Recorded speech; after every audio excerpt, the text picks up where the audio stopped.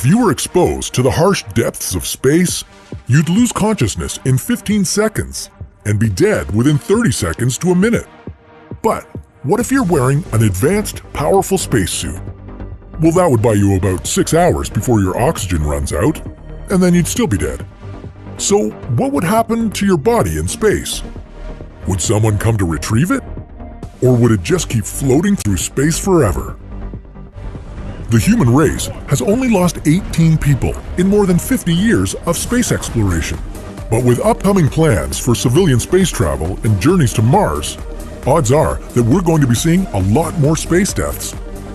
How would we hold a funeral in zero gravity? And what complications would be involved? Every time astronauts launch into space, death is a genuine possibility.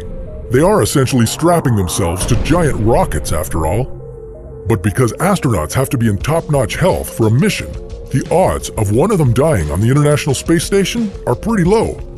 So low that NASA doesn't even have an official policy for how to handle the situation.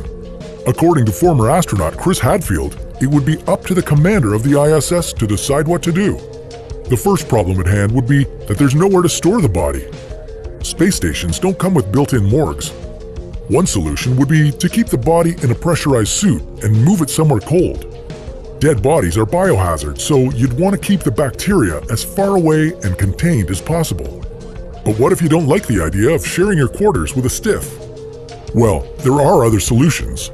In 2005, a Swedish company proposed a system that essentially freeze-dries bodies and breaks them up into tiny pieces of frozen tissue, kind of like a cremation. This would take up far less space, eliminate the whole biohazard threat, and allow for an easier return to Earth. If you don't happen to have any liquid nitrogen aboard the ship to do the freezing, the ice-cold temperature of space will do the trick. Actually, now that we mention it, could the most obvious solution have been staring us in the face the whole time?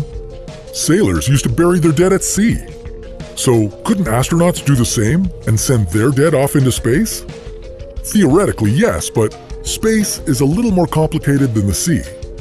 Unless you strapped a mini rocket to the deceased, they would end up following the trajectory of the spacecraft from which they were ejected. And if you did that with more than one person, it would make for an unpleasant journey when you decided to turn back home. Okay, so maybe that's not the best option. So what if we waited until we reached our destination? We bury people on Earth, so surely we can do the same on other planets, right? Well, the digging would be a little different, but that wouldn't be our biggest problem. Human bodies, especially the non-living variety, are full of earthly microbes and bacteria that would contaminate any potentially habitable locale. Even the spacecrafts exploring Mars have to be repeatedly cleaned and sanitized to protect the alien planet from earthly bugs. So the only surefire way to safely dispose of a body there would be through cremation. I hope this hasn't ruined the majesty of space travel for you, but it's a reality we have to consider as we move further into the age of space exploration. You've seen. Why not subscribe to our YouTube channel and get notified when we post new ones?